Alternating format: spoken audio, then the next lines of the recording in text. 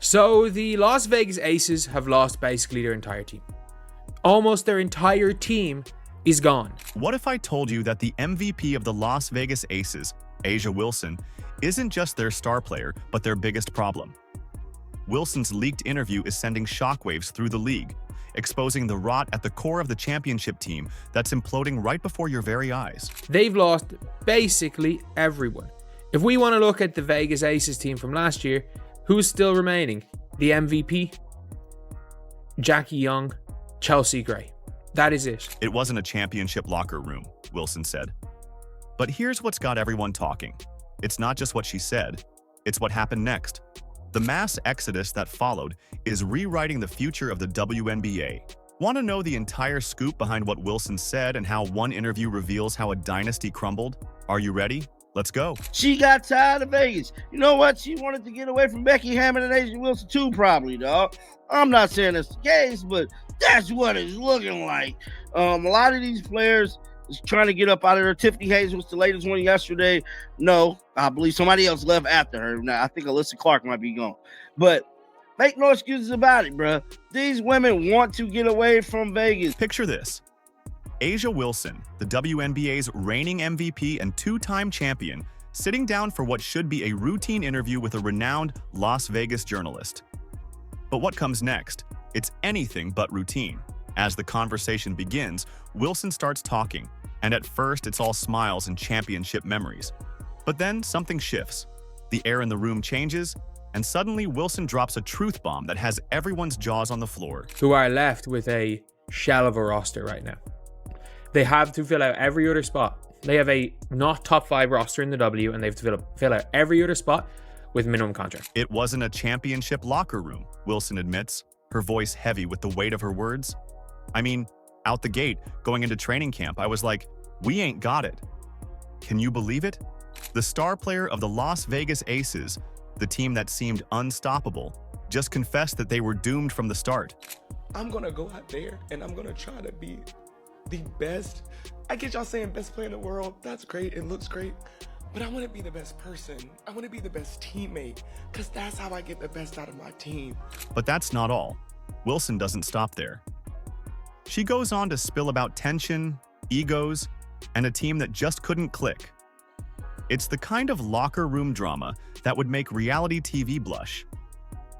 And here's where it gets really juicy. Wilson reveals how she knew they weren't a championship locker room before the season even started. She even talked about how she spoke with fellow stars Jackie Young and Chelsea Gray, that the team needs more leadership on and off the floor next season. Talk about calling out your team. I don't want to be great for you guys. No offense.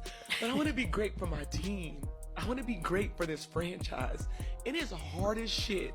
It is hard as shit, because there's tons of people that want to break you down.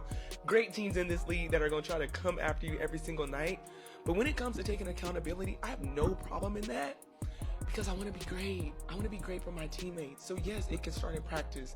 Yes, it starts in training camp. Yes, it starts in the wins and the losses. But I'm not going to stop. I'm going to continue to challenge myself and my teammates every single day. Because when you're talking about greatness, it starts with consistency. Remember Dawn Staley, Wilson's college coach? Well, she taught Wilson a valuable lesson about winning teams. According to Wilson, a championship caliber team should look, sound, and feel a certain way. And guess what? According to their self-proclaimed leader, the Aces failed this test miserably. It's like they were trying to build a house of cards in a hurricane.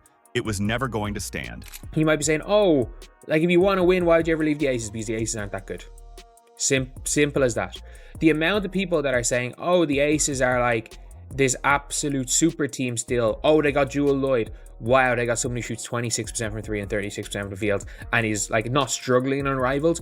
For every good game, she has 2 bad games. Like, it's as simple as that. For every good Jewel Lloyd game, she has 2 bad games at this stage in her career. As the interview continues, Wilson's frustration becomes palpable. She talks about trying to fix things game after game, but nothing worked. I always told myself every game, we're going to get there. We're going to check each box. But we didn't, she confesses. It's like watching a car crash in slow motion. You know it's going to end badly, but you can't look away. It starts with me, and it's going to always be with me, because I have 11 other women in that locker room that I need to pull greatness out of. So that's where it goes from. If it's talking more, is it trying to fly on the court? Is it being a defensive presence? I'm going to be that every single day for my team because I want them to be great. Not just for rings and banners, because I know the potential that we have in our locker room. So. And speaking of car crashes, let's talk about that semifinals loss to the New York Liberty. Wilson reflects on the team's performance, saying, "You're constantly just in the moment and thinking about how to get better and what can you do more to provide for your team." The reality? It seems like all that thinking didn't translate into action. The Aces' key players combined for a measly 28 points in that crucial game. Talk about dropping the ball when it matters most. But wait, there's more. Wilson, in her infinite wisdom, shares her thoughts on addressing issues in the locker room. "It's gonna get nipped in the bud when we feel it," she says. "Oh, really, Asia? Because from where we're sitting, it looks like those issues grew into a full-blown forest while you were busy feeling them." We have to get better. We have to really take a sharp look at ourselves, look ourselves in the mirror, see our shortcomings, and then, you got to make the moves necessary, whatever that means, to put the best product that we possibly can. It's not going to be the same group probably next year. It just won't. And I'm sad about that because I really like that group. They were a pain in my ass, but I was a pain in their ass too. As the interview winds down, Wilson tries to soften the blow of her brutal honesty. "I love my teammates so much," she says, her voice filled with emotion. But let's be real. After everything she's just revealed, those words ring about as hollow as the Aces trophy case is about to be. The interview ends, but the damage is done. Wilson's words hang in the air, a confession that explains everything that came after. The exodus of players, the collapse of a dynasty, the fall of the mighty Aces. It all traces back to this moment, to these revelations that paint a picture of the Aces locker room this entire past season. Well, I mean, Becky Hammon, you were right. Congratulations, but did you really think it would be this different, a roster? Wilson's words didn't just hang in the air. They sparked a mass exodus. Remember when the Aces were the dream team everyone wanted to join? When veterans would take minimum contracts just to win a ring with Las Vegas? Well, that dream has turned into a nightmare, and now players can't wait to wake up and get out. Guys, the Las Vegas Aces are looking a whole lot lighter after some of these trades and free agency signings that have happened. And guys, it's leaving the bench to look a little sparse. The Aces roster, once the envy of the league, is crumbling faster than a sandcastle being washed by the wave. One by one, key players are packing their bags and heading for the exits. But why? Is it just coincidence, or is there more to this story? Let's break it down. It all started with Kate Martin, a fan favorite and promising young player. The Aces left her unprotected in the expansion draft, and faster than you can say jackpot, the Golden State Valkyries snatched her up. It was a significant loss for the Aces, and fans were left scratching their heads. Martin blows by Griner, 2 more for Aces, and the lead is 10. But that was just the beginning. Next up, Kelsey Plum, the sharpshooter who lit up the scoreboard last season with an impressive 16 points per game. She traded in her Aces jersey for Sparks purple and gold in a deal that had fans questioning the Aces' decision-making. They got Jewel Lloyd in return, but let's be real. Lloyd is older and less efficient. It's like trading in a sports car for a minivan. Then there's Tiffany Hayes, the 6th player of the year. You'd think winning an award like that would make you want to stick around, right? Wrong. Hayes decided the upstart Valkyries looked better than another season in Vegas. Last season, she averaged 9.5 points, 2.8 rebounds, and 2.1 assists per game. Those are numbers the Aces are going to miss and will surely go up in San Francisco. Me and Kate and me, we're as great as we can be. Me and Kate and me, we're as great as we can be. But wait, there's more. Alicia Clark, a crucial player for the Aces, decided to return to the Seattle Storm, where she previously won 2 championships. It's like she looked at the Aces and thought, nah, I'd rather go back to my old team. Let's start with Alicia Clark. According to Ramona Shelburne of ESPN, the Aces wanted to bring back Alicia Clark. But when Seattle came a-knocking, Alicia was like, you know what? I would love to go back to my WNBA home, which is Seattle. Now, guys, if y'all don't know, Alicia Clark won 2 titles with the Seattle Storm in 2018 and 2020, and now at 37 years old, she is looking to bring her 3-and-D game back to Seattle. And let's not forget Sydney Colson, known as Wilson's best friend. You'd think that friendship would keep her around, right? Nope. Colson packed her bags and joined the Indiana Fever, further depleting the Aces roster. Talk about a friend breakup. Now, yesterday, the Indiana Fever let it be known that Sid pretty much is officially signed, man. She officially signed. She spoke with reporters, let everybody know why she has decided to join the Indiana Fever. Here's the truth. These aren't just any players leaving. We're talking about nearly half of the Aces' scoring output walking out the door. It's like watching a magic trick, but instead of pulling rabbits out of a hat, the Aces are making their star players disappear. As each player leaves, you can almost hear Wilson's words from that interview echoing in the background. When asked about Kelsey Plum's departure, Wilson said, "In the locker room, she was always someone that spoke her mind. You need that honesty in the locker room. We're definitely going to miss her." Looking back, it's starting to sound more like a eulogy for the entire team. What is going on in their locker room? Like, this Aces team is falling apart. This is not a coach that I would want to play for. Coincidence? I think not. It's like Wilson's interview was a roadmap for the Great Escape. She talked about how the Aces weren't a championship locker room going into training camp. Well, now they're barely a locker room at all. The exodus leaves the Aces looking less like a super team and more like a shell of their former selves. It's like watching a Vegas magic show in reverse. Instead of making things appear, everything's disappearing. So, what's next for the Aces? Will they be able to rebuild? Or is this the beginning of the end? One thing's for sure. Wilson's words have turned out to be prophetic, but not in the way she probably intended. So, for all Aces fans, it's over. It's over. It's over. The reign of the Aces is over. I understand the shortest dynasty in the history of the sport of basketball. You know, I've never heard of a dynasty that won 2 championships and then was done, because you're seeing all the ring-chasing free agents getting out of Vegas. Just when you thought the WNBA couldn't get any more dramatic, enter the Indiana Fever. While the Aces are losing their aces, this Midwestern team is stacking their deck. But here's the million-dollar question. Can you build a championship team in just one offseason? There's something about the way she plays the game, her passing, her shooting, that people really identify with. I really feel like we're poised and we're set up for a great, successful next era of Fever basketball. Picture this. The Indiana Fever, once the league's punching bag, suddenly throwing some punches of their own.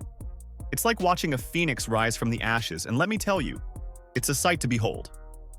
First up, they bring back Kelly Krauskopf as team president. This woman isn't just building a team, she's crafting a legacy. Krauskopf knows how to spot talent, nurture it, and turn it into gold.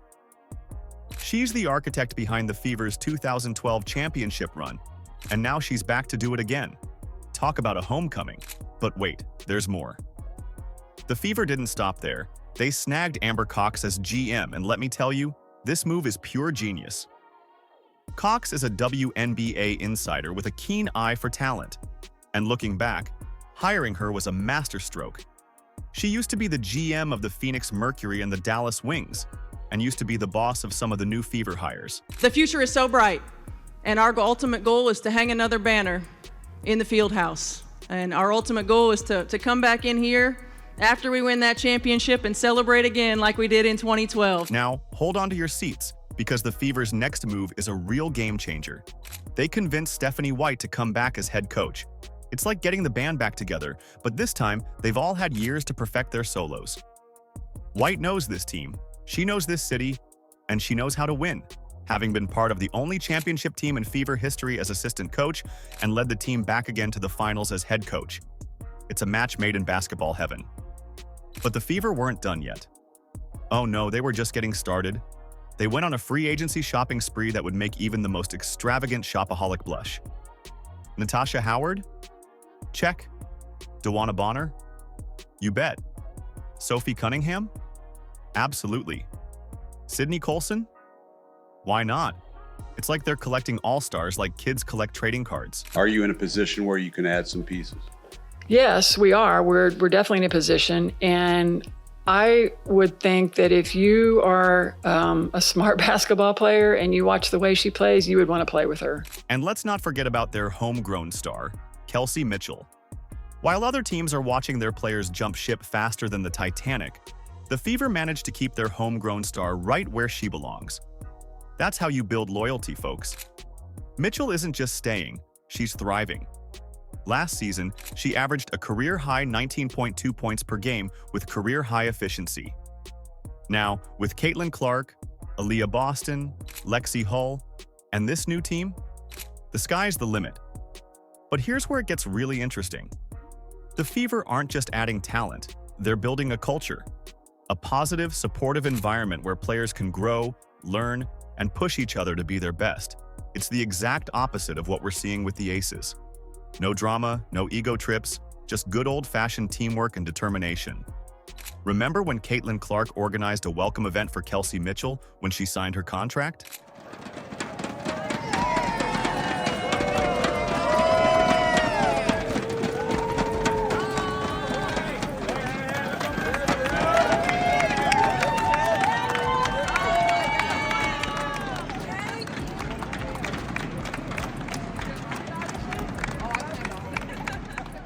And let's talk about that determination for a second.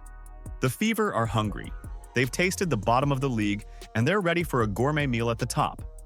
These players have chips on their shoulders and fire in their eyes. They're not just here to compete. They're here to dominate. But can they really go from worst to first? Can a team that was the laughingstock of the WNBA really become a contender overnight? Well, if anyone can do it, it's this Fever squad. They've got the leadership, the talent, and the drive. All they need now is a chance to prove themselves on the court. You know, a lot of people say that Caitlin Clark moves the needle. That is wrong. She is the needle. She dictates. We all know what she's done on the floor. It's history, right? But off the floor, my goodness. And let's not forget about the fans. The people of Indiana have been waiting for this moment. They've stuck by their team through thick and thin, and now they're ready to see their loyalty pay off. The energy in Gainbridge Fieldhouse is going to be electric this season. You can almost feel the anticipation building. So, while the Aces are dealing with their internal drama and watching their dynasty crumble, the Fever are showing everyone how it's done. They're proving that with smart management, a positive team culture, and a little bit of Hoosier magic, you can turn a franchise around faster than you can say basketball. I am ready to proclaim the Indiana Fever as your WNBA champs. As the dust settles on the Aces' imploding dynasty, A'ja Wilson's leaked interview stands as a stark reminder. Even the mightiest can fall. But in the WNBA, where one star fades, another rises. And right now, all eyes are turning to Indiana. Picture this. Caitlin Clark, the golden girl of the WNBA, stepping onto the court once again. The energy in Gainbridge Fieldhouse is electric. The fans who've stuck by their team through thick and thin are buzzing with anticipation. This isn't just a new season, it's a whole new era.